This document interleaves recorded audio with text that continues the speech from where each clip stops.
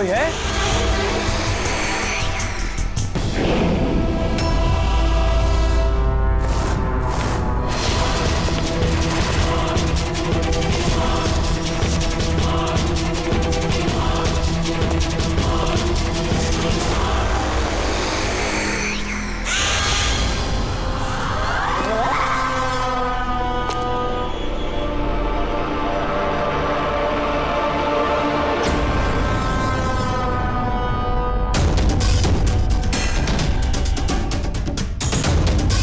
कौन है वहां?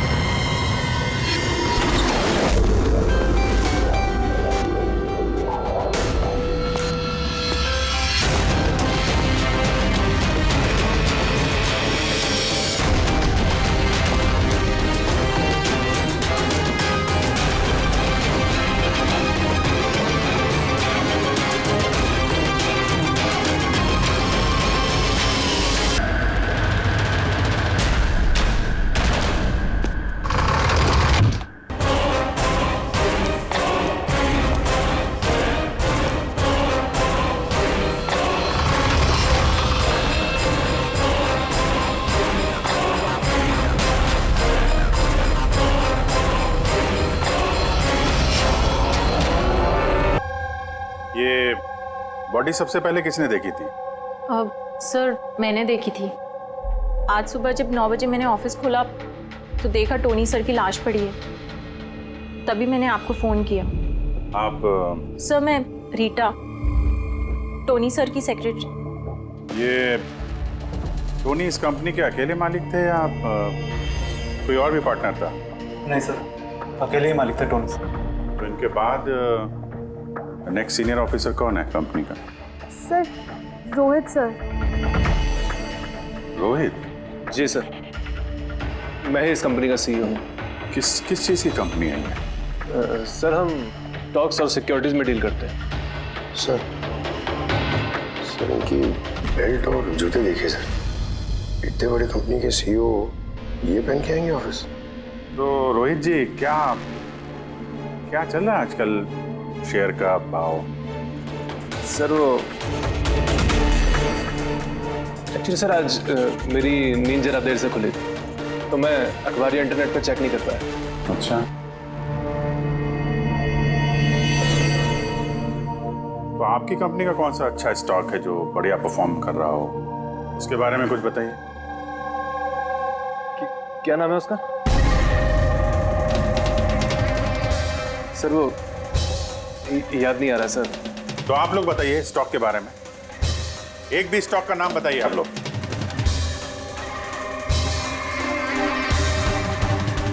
क्या हो क्या रहा है यहाँ पे? सर सच में तो हम में से कोई भी यहाँ पे काम नहीं करता है। काम नहीं करता? क्या मतलब क्या है? मतलब सर हम सब लोग एक्टर्स हैं। अरे मगर ये तो फाइनेंस कंपनी है, इसका फिल्मों से क्या लेना देना? सर फाइनेंस कंपनी तो सिर्फ नाम की है, यहाँ पर सर कोई काम नहीं करता। हम एक्टर को सिर्फ इसलिए रखा है ताकि हम यहाँ काम करने की एक्टिंग कर सकें। एक्चुअली सर टोनी सर से मिलने दिन में बहुत सारे क्लाइंट्स आते थे। हमारा काम बस इतना होता था कि उन्हें दिखाना कि ऑफिस में बहुत काम हो रहा है। ये टोनी क्या काम करता था?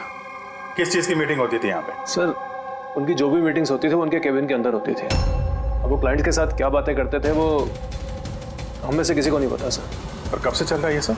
सर पिछले 2 हफ्ते से। कमाल है, एक नकली कंपनी जहाँ पे नकली काम होता था उसके मालिक का खून हो जाता है। समझना पड़ेगा एग्जैक्टली यहाँ पे हुआ क्या था। तो यहाँ पे टोनी को पहली गोली लगी है। अगर उसे गोली यहाँ लगी है तो वहाँ उसे भाग जाना चाहिए था, वो तो एग्जिट है। वो वापस ऑफिस के अंदर क्यों गया? शायद खूनी इस तरफ होगा, बचने के लिए इधर भागा होगा। ये हैंडल पे भी खून है। वहां से अंदर आया और फिर वहां पे लेके गया उसको जहां पे खून हुआ। ब्लड ट्रेल इधर भी है। सर ये यहाँ देखिए। लगता है यहाँ पे छुप के बैठा होगा बचने के लिए। और खूनी आया, उसके बाद उसको वहां ले गया जहां पे उसकी मौत हो गई। सर वो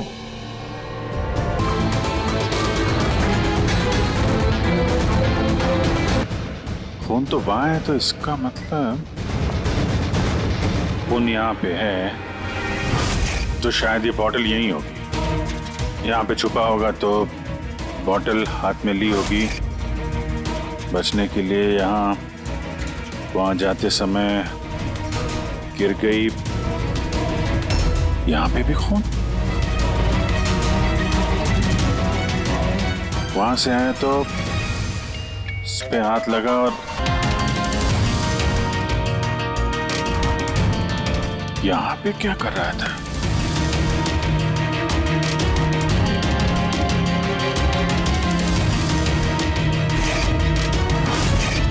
यहाँ पे पंजे का निशान है, यहाँ भी खून है, यहाँ भी पंजे का निशान है।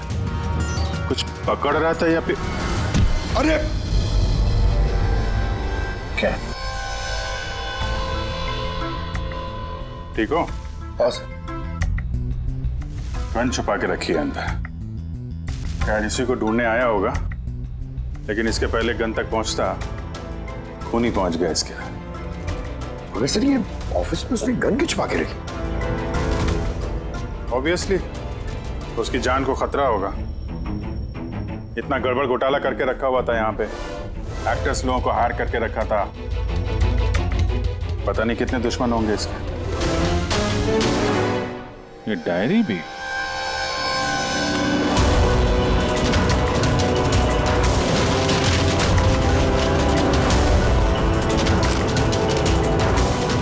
कुछ कोड जैसे लग रहा है ना सर? कोड वर्ड में लिखा है और डायरी को छुपा के रखा था। जरूर इसका टोनी के मौत के साथ कोई ना कोई कनेक्शन है। बॉडी स्कैन चेक किया तुमने? वैसे स्कैन देखा मैंने, बाकी सब कुछ ठीक है। सिर्फ इसके एब्डोमेन में मुझे कुछ अजीब सी गोल गोल सी चीज नजर आ रही है। समझ में नहीं आ रहा क्या है। चलो देखें क्या। ये देखिए सर, ये जो गोल गोल सी चीज है ना तारिका, ये मेटेलिक चीज है कोई, something metallic. Metallic like coin जैसी। एब्सोल्युटली। लेकिन ये इसके एब्डोमेन में आई कैसे? एक काम करते हैं, इसके पोस्टमार्टम से ही पता लगेगा आखिर ये चीज है क्या।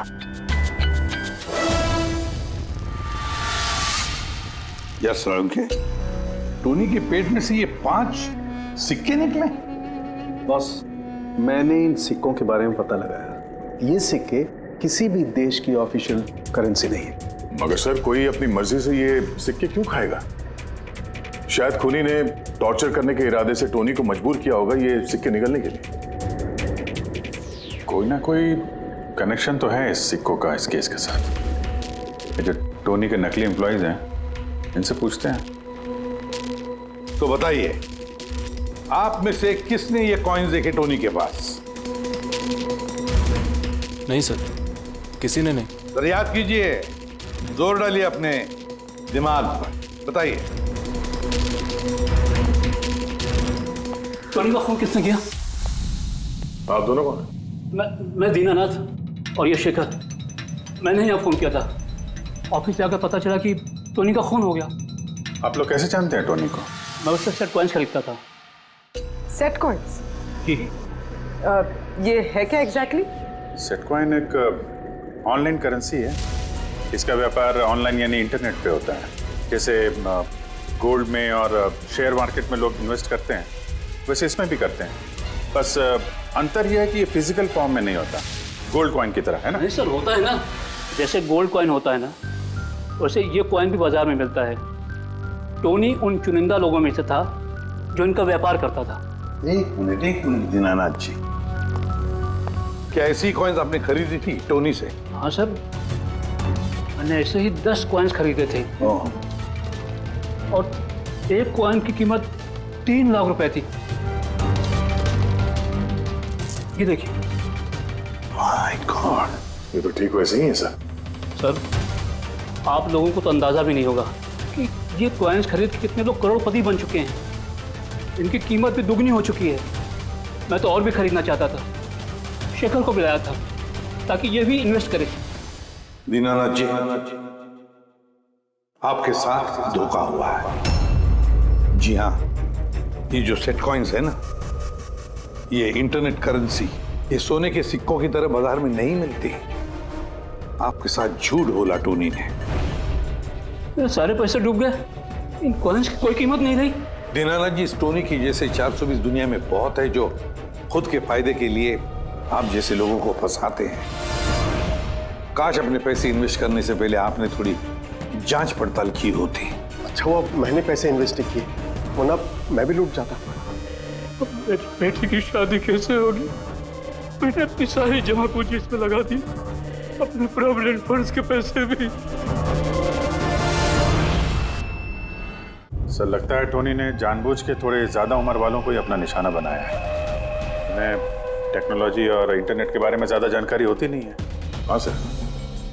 सर, कहीं ऐसा तो नहीं कि जिन जिन लोगों को टोनी ने धोखा दिया है उनमें से किसी ने टोनी का खून कर दिया?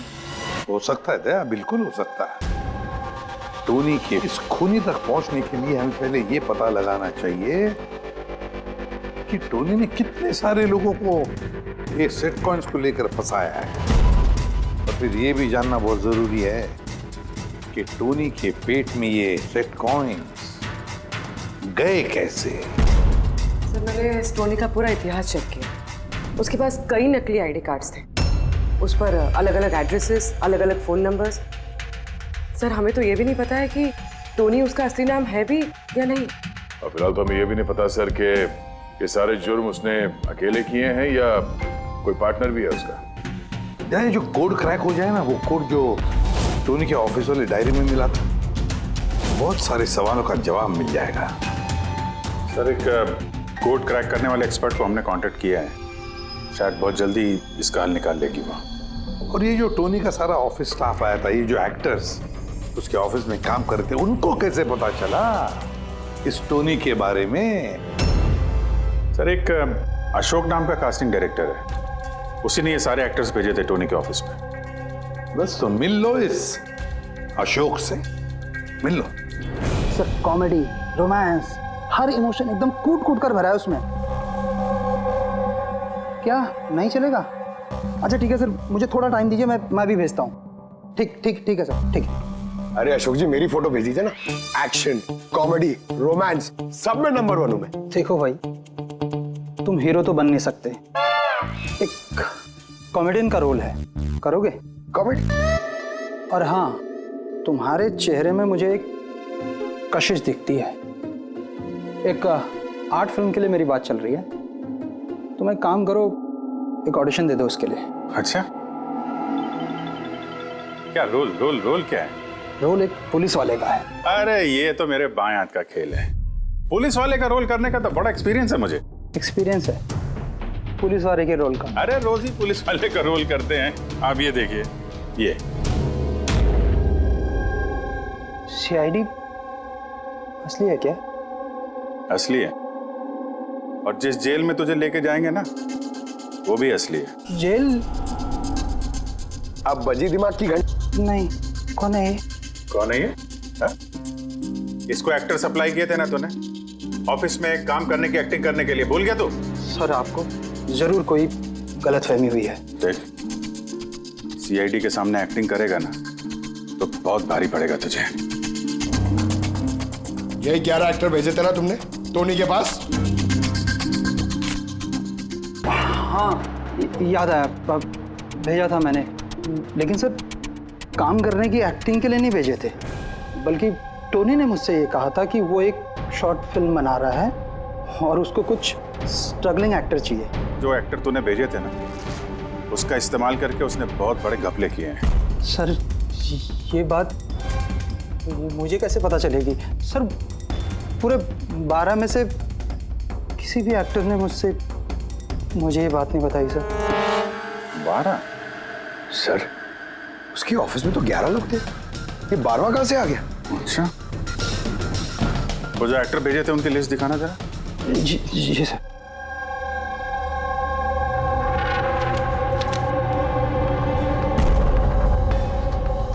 ये नया नाम है, ईशा कुमार। ये नहीं थी उस वक्त वहां पे।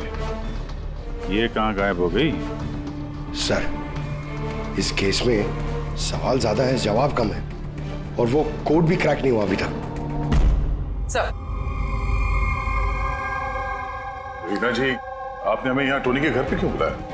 और वो उन कोड्स का हल निकाल पाई या नहीं? काफी टेढ़ा कोड है सर, बिना साइफर के हल निकाल पाना नामुमकिन है। साइफर? ये साइफर क्या होता है?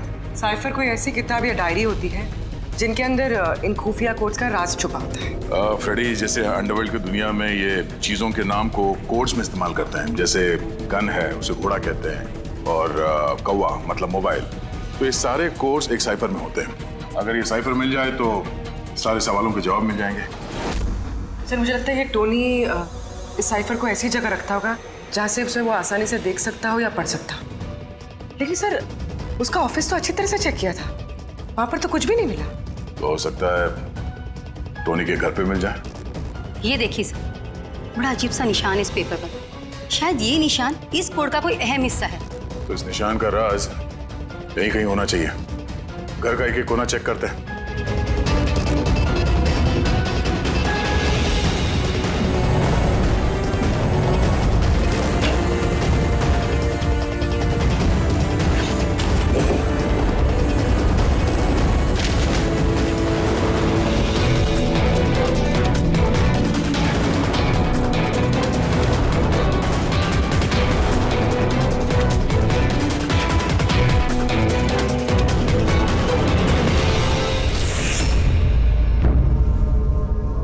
रीना जी, ये देखिए,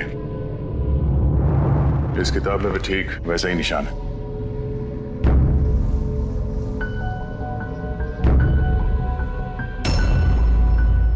सर यही तो साइफर है। ये देखिए, इस पेज पर सिर्फ 7 सेंटेंसेस है और इसके हर सेंटेंस के फर्स्ट वर्ड को हम हाईलाइट करके देखते हैं।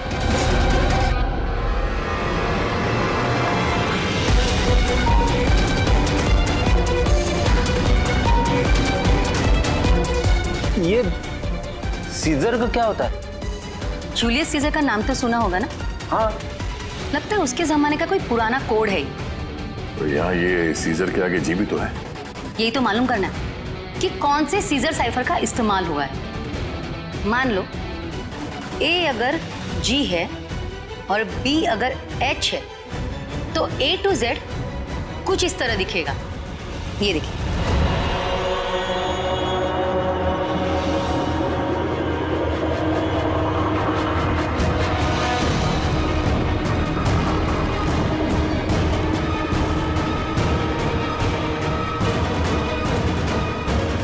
ये हो गया। अब हम इसे फॉलो करके देखते हैं कि हमारा कोड का मतलब क्या है। और हमारा पहला कोड है SUNGTQASGX-10।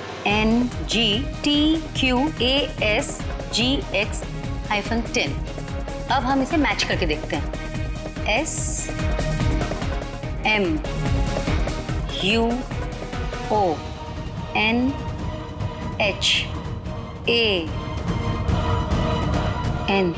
मोहन?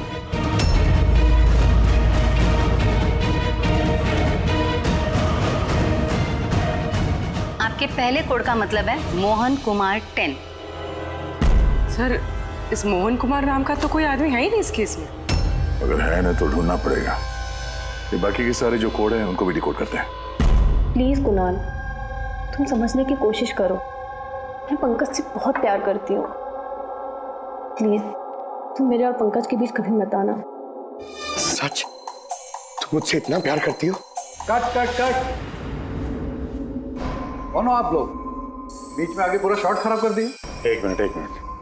आप लोग शॉट बाद में लीजिएगा, हमें ईशा जी से कुछ बात करनी है। CID मुझसे? प्लीज। चलिए आप लोग प्लीज।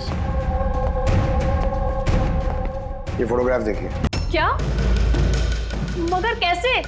ज्यादा ओवर एक्टिंग करने की जरूरत नहीं है, कैमरा ऑफ है। तुम बताओ कैसे खून हुआ इसका? मैं कैसे बता सकती हूँ आपको इसका कैसे हुआ? जिस वक्त इसका खून हुआ सारे नकली एम्प्लॉय उसके ऑफिस में थे, सिवाय तुम्हारे। कहाँ थी तुम? नकली एम्प्लॉय? कौन से नकली एम्प्लॉय? सर ये आप लोग क्या बात कर रहे हैं? मुझे तो कुछ समझ में नहीं आ रहा। टोनी ने तुम लोगों को हायर किया था ना उसके ऑफिस में क्लर्क की एक्टिंग करने के लिए। उसने तो मुझे अपनी मंगेतर का रोल प्ले करने के लिए पैसे दिए थे, वो भी बस 1 दिन के लिए। मंगेतर का? हाँ सर, उसके माँ बाबूजी आए थे उससे मिलने और वो उन्हें दिखाना चाहता था कि वो शादी करने वाला है और वो अपनी जिंदगी में बहुत खुश है। उसने तुमको तो बताया होगा ना अपने माँ बाप के बारे में, सारी इंफॉर्मेशन दी होगी। जी हाँ, बहुत कुछ बताया था ताकि कुछ गड़बड़ ना हो जाए और मुझे याद रहे कब कौन से डायलॉग बोलने हैं। उसके माँ बाप के बारे में जितनी भी इंफॉर्मेशन है तुम्हारे पास, एक एक चीज सब हमें बताओ। Thank you sir. Codes decode हो गए। हर कोड से एक नाम मिला है और नाम के आगे एक नंबर। जरूर ये वो लोग हैं जिनको टोनी ने सेट कॉइन्स बेचे थे, और ये नाम के आगे जो नंबर है इसका मतलब है किसके पास कितने सेट कॉइन्स हैं। जैसे ये मोहन ने ये 10 सेट कॉइन्स खरीदे थे, चिराग 6, विजय कुमार 8, एक्सेट्रा एक्सेट्रा। तो मतलब खूनी इनमें से ही कोई एक है? लगता तो ऐसे ही है। इन सारे बारातियों को ब्यूरो में बुलाओ सेट कॉइन्स के साथ। सर मैंने टोनी को नहीं मारा, आपने मुझे बताया तब तो मुझे पता चला कि टोनी का मर्डर हो गया। कल रात तुम कहाँ थे? कल रात मेरे सर में दर्द था तो मैं कल रात 10 बजे ही सो गया था सर। अच्छा, और कौन है आपके घर में? मेरे घर में बस मैं हूँ सर, और मेरा एक बेटा है जो विदेश में नौकरी करता है। मैंने तो अपने रिटायरमेंट फंड के 15 लाख लगाए थे इसमें। अब मुझे ये समझ में नहीं आ रहा है ये मुझे कैसे वापस मिलेंगे। गन रखते हो ना तुम? सर मेरी गहनों की दुकान है, सिक्योरिटी एंड प्रोटेक्शन के लिए मुझे अपने पास गन रखनी पड़ती है सर। सर सब कुछ तो आपको बता चुका हूँ, अब मैं आपको और क्या बताऊँ? जब तक खूनी पकड़ा नहीं जाता हम तो सवाल पूछेंगे। इस डायरी में उन लोगों के नाम लिखे हुए हैं जिन्होंने उससे वो कॉइन्स खरीदी थी, सेट कॉइन। उन लोगों के नाम और जितने भी कॉइन्स खरीदे थे वो सब, पूरा का पूरा रिकॉर्ड इसमें है।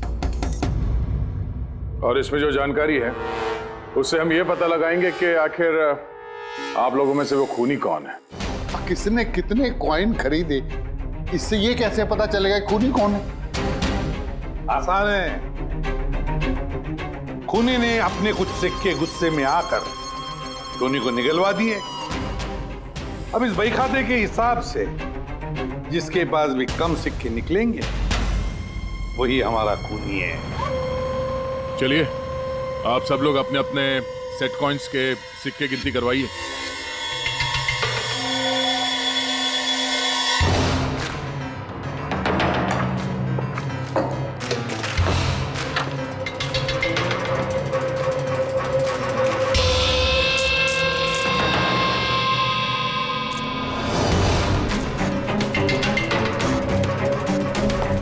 सर सारे के सारे कॉइन्स हैं, एक भी कम नहीं। कोई भी कम नहीं? ये कैसे हो सकता है? अब तो यकीन हो गया ना आप लोग को कि हम निर्दोष हैं। अब ये क्या कहानी है सर? अगर ये सारे निर्दोष हैं तो फिर गुनहगार कौन है? ये तो अब टोनी के माता पिता ही बताएंगे। नहीं, ये नहीं हो सकता। हमारा बेटा नहीं मर सकता सर, आपको जरूर कोई गलतफहमी हुई है।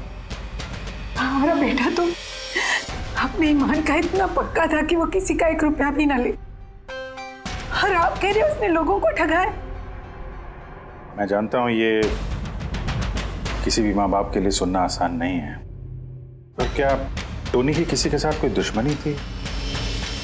हाल फिलहाल में कोई लड़ाई झगड़ा हुआ हो? कैसा झगड़ा सर? वो तो इतना बिजी रहता था कि उसे हमसे मिलने का भी समय नहीं होता था। 3-3, 4-4 महीने बाद घर आता था वो। मिलने नहीं आता था मतलब कि उसने कई जगह पर अपने ऑफिस खोल रखे थे। कहाँ पे ऑफिस था इसका? दिल्ली, पुणे।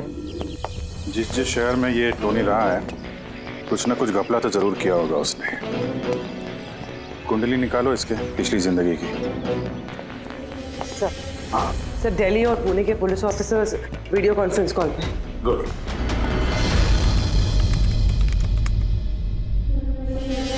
सर, इस स्केच को देखिए सर। टोनी से इसकी शक्ल मिलती है। इस आदमी के खिलाफ 2 साल पहले यहाँ दिल्ली में FIR दर्ज हुई थी। कई लोगों के साथ में चिट फंड में इसने घोटाला किया था। लेकिन सर, इसका नाम टोनी नहीं बल्कि अमर है। सर, यहाँ पर उसका नाम प्रशांत था। पिरामिड स्कीम के नाम पर उसने लोगों को बड़े बड़े सपने दिखाए और कई लोगों के पैसे खा गए। बहुत लोगों ने उसके खिलाफ कंप्लेंट भी दर्ज की है। सारे शहरों में यही कारनामा किया सर इसने। एक शहर से बेईमानी का पैसा इकट्ठा करके दूसरे शहर को रवाना हो गया किसी और को टोपी पहनाने। इसका मतलब है इस टोनी के दुश्मन सिर्फ इसी शहर में नहीं, बाकी शहरों में भी हैं। तो खूनी में से कोई हो सकता है। मतलब सर, हर शहर से ऐसे लोगों की लिस्ट निकालनी पड़ेगी जिनके साथ धोखा हुआ है। सर, यहाँ पर उसके खिलाफ कल्पेबल होमिसाइड की केस भी है। ये आलोक नाम के आदमी के उसने पैसे खा लिए थे। वो सदमा वो आदमी बर्दाश्त नहीं कर पाया, इसलिए उसने सुसाइड किया। तो टोनी को मारने का सबसे बड़ा मोटिव तो आलोक के किसी करीबी के पास है। ना तो उसने सिर्फ पैसा खोया बल्कि अपने किसी करीबी को भी खोया है। हाँ, आलोक, पुणे।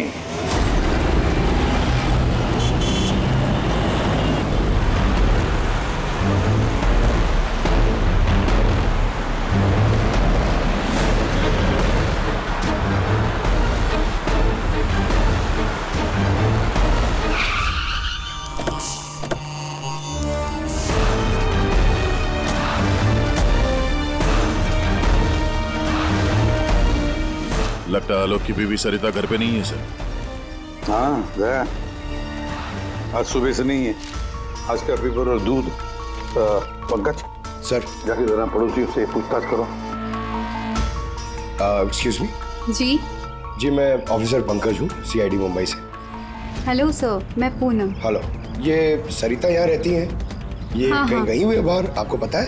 वो तो नहीं पता। क्यों, कोई प्रॉब्लम हो गई है? इनके घर की कोई एक्स्ट्रा चाबी होगी आपके पास? सर, हाँ, ये पूनम जी हैं, सरिता की नेबर।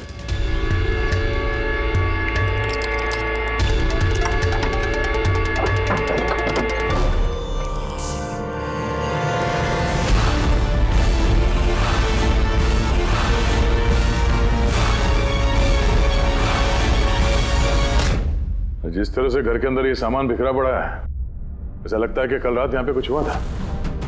हुआ तो था जरूर दया, कुछ न कुछ तो हुआ था। ये देखो, खून के निशान। सर, कहीं किसी ने सरिता का किडनैप तो नहीं कर लिया? पूनम, हाँ सर। सरिता को आखिरी बार कब देखा था तुमने? सर, रात के 2 बजे, जब मैं नाइट शिफ्ट से घर वापस आई। उस वक्त शायद सरिता जाग ही रही थी, क्योंकि यहाँ पे टीवी चल रहा था। उसके घर के आसपास किसी को देखा, कोई आया हो उनसे मिलने के लिए?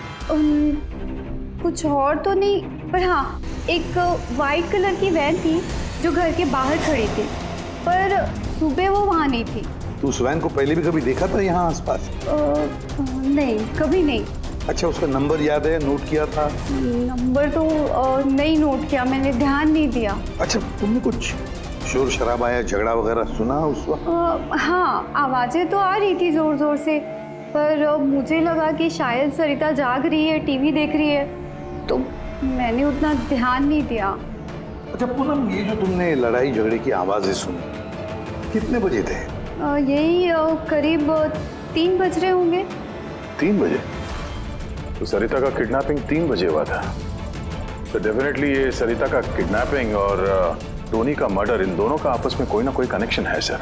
100% दया, कनेक्शन 100% है। पर इससे पहले कि सरिता को कुछ हो जाए उसे हमें बचाना होगा।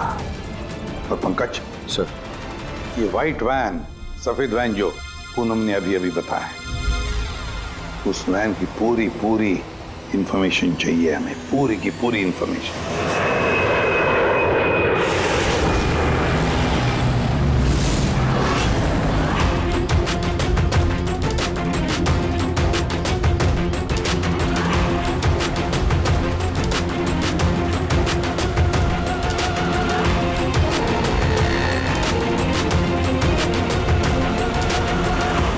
सर, यही रास्ते से वो व्हाइट वैन क्रॉस हुई थी। ये रास्ता तो आगे हाईवे नंबर 15 से जाके मिलता है। कहीं ऐसा तो नहीं कि किडनैपर्स इस सरिता को शहर से बाहर ले गए हो?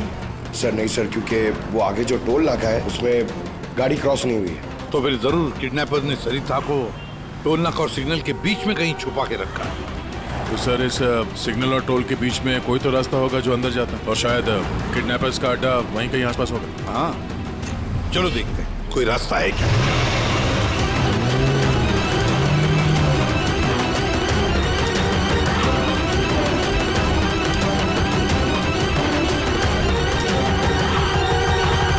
सर, ये एक रास्ता है जो अंदर जाता है। चलो चलो देखते हैं।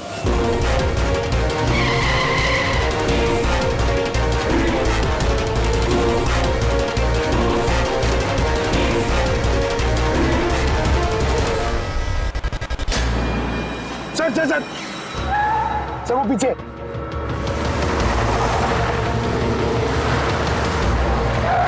ये देखिए सर।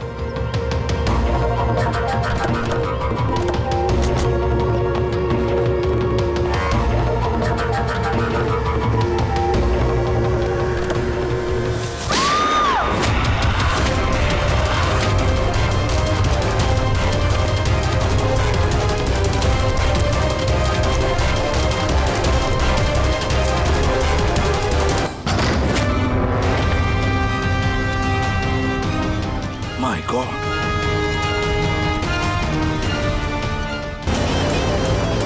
Hey!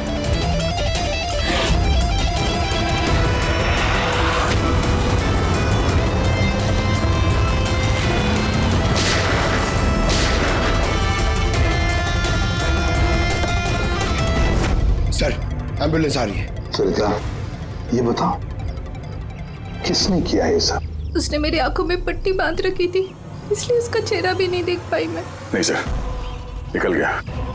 गाड़ी का टायर पंचर करके गया वो। क्यों किया होगा ये सब उसने? सर, उसको मेरे पति आलोक का फाइनेंशियल रिकॉर्ड चाहिए था, पता नहीं क्यों। पर तुम्हारे पति आलोक अब इस दुनिया में नहीं रहे ना? हाँ सर, उन्होंने आत्महत्या कर ली थी क्योंकि किसी फ्रॉड ने उन्हें धोखे से लाखों रुपए लूट लिए। पर वो पैसे भी उनके नहीं थे सर, उन्होंने किसी से कर्जा लिया था, पर कर्जा ना चुकाने की वजह से उन्होंने सुसाइड कर ली सर। अब ये क्या चक्कर है सर? ये किडनैपर को आलोक के फाइनेंशियल रिकॉर्ड्स में इतनी दिलचस्पी क्यों होने लगी? पंकज, यार, इस किडनैपर को दिलचस्पी इसलिए कि मुझे तो लगता है कि ये किडनैपर, ये खूनी भी वही है जिसने आलोक को पैसे दिए थे। अब जैसे उसे पता चला कि आलोक इस दुनिया में नहीं रहा तो प्रॉब्लम आया, पैसे वसूल किससे करे। उसे पता चला कि आलोक का सारा पैसा टोनी के पास है, तो उसने टोनी को खत्म कर दिया और फिर खुद पर इल्जाम ना आए सारे सबूत मिटाने के लिए उसने सरिता को फोन किया और उसे पूछा कि आलोक का सारा फाइनेंशियल रिकॉर्ड कहां पर है। कौन हो सकता है ये? सरिता सर, एक काम कर सकती हो? हाँ सर। आलोक की फाइनेंशियल रिकॉर्ड्स हमें दे सकती हो? माय गॉड यार, ये मुजरिम जो भी कोई है हमसे पहले यहाँ पहुंच गया और देखो लगता है सारे सबूत जलाकर राख करने की कोशिश की है उसने। बस सर, उस कंप्यूटर के साथ कुछ करना दिया हो जिसमें आलोक के फाइनेंशियल रिकॉर्ड्स हैं। तो फिर देखो जरा, कोई कंप्यूटर या लैपटॉप वगैरह मिलता है क्या?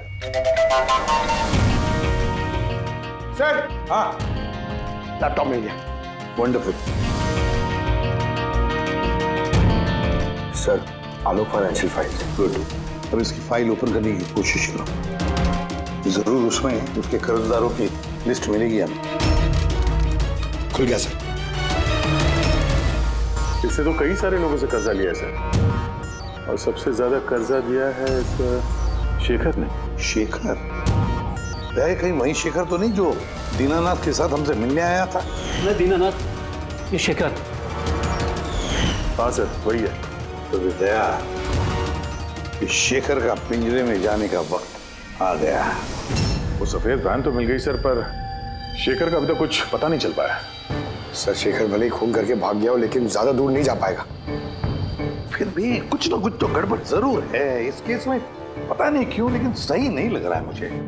क्या हुआ सर, आपको कुछ और लग रहा है क्या?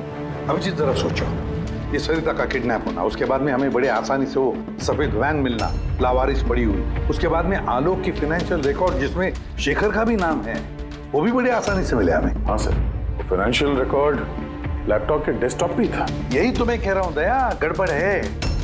हालांकि ये ऐसे फाइनेंशियल रिकॉर्ड्स अलग से फोल्डर में होने चाहिए, पासवर्ड प्रोटेक्टेड होनी चाहिए ना। सर, लेकिन अगर हमें वो सुराग मिल रहे हैं तो ये तो अच्छी बात है ना।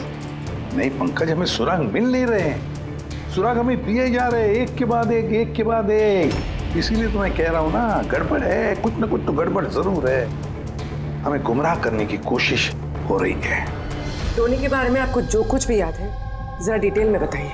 बात करने में, लोगों को बड़े से बड़े सपने दिखाने में बहुत अच्छा था ये टोनी। ऐसे किसी से घुल मिल जाता था केवल 2 मिनट में कि जैसे आपको लगे कि दुनिया में उससे अच्छा आपका कोई दोस्त है ही नहीं। और हाँ सर, आलीशान पार्टीज वगैरह रखी थी उसने अपने इन्वेस्टर्स के लिए।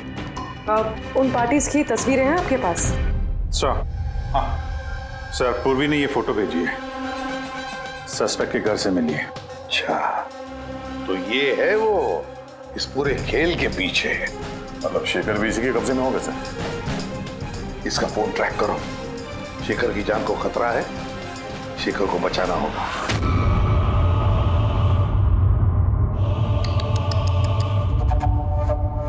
अब तो तुम्हें भगवान भी नहीं बचा सकता शेखर। सीआईडी को सारे सबूत तुम्हारे खिलाफ मिले हैं। अब तो ये ट्रिगर दबाकर तुझे बस मार डालूंगी और उन सबको लगेगा कि तू देश छोड़ के भाग गया। नहीं, ऐसा मत करो प्लीज, मत मारो मुझे। मैं वाकई देश छोड़ के चले जाऊंगा। आपके बारे में मैं किसी को नहीं बताऊंगा। I promise. अरे शेखर, तुम समझ नहीं रहे हो, तुमने मेरा चेहरा देख लिया है। अब मैं तुम्हें छोड़ने की बेवकूफ़ी तो करूंगी नहीं, इसलिए तुम्हें मरना पड़ेगा। मत मारो मुझे प्लीज, मत। कोई है? प्लीज बचाओ मुझे, बचाओ मुझे, कोई है? मुझे मार के रखा यार। बचाओ।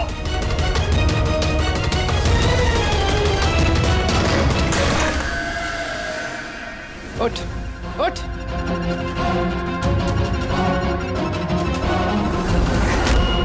सर, मैं रीटा, टोनी सर की सेक्रेटरी। तुम्हारा चेहरा तो हमने भी देख लिया था मिस रीटा। मैंने तो कोई सबूत, कोई गवाह कुछ नहीं छोड़ा था। तो आपको कैसे पता चला? इस फोटो के जरिए। तुमने हमसे कहा था कि तुम टोनी को पिछले 2 हफ्ते से जानती हो, तो फिर 2 साल पुराने इस फोटो में तुम क्या कर रही हो? ये बहुत कुछ कह गया। अब बताओ, तुमने अपने बॉस टोनी को क्यों मारा? टोनी मेरा बॉस नहीं था, मैं टोनी की बॉस थी। लेकिन तुम तो उसकी सेक्रेटरी बन के घूम रही थी, वो क्या था? वो सिर्फ और सिर्फ एक नाटक था, दुनिया को दिखाने के लिए। असल में सारा दिमाग मेरा था इसमें। टोनी को तो मैंने सिर्फ आगे रखा था ताकि कभी कानून हम तक पहुंचे तो टोनी पकड़ा जाए। तो फिर टोनी का फोन करके अपने पैर पे कुल्हाड़ी क्यों मार ली? क्योंकि जब चींटी के पर निकल आते हैं तो उसके पंख काटने पड़ते हैं, और टोनी बहुत ही ज्यादा हवा में उड़ने लगा था, बहुत ही लापरवाह और ओवर कॉन्फिडेंट हो गया था।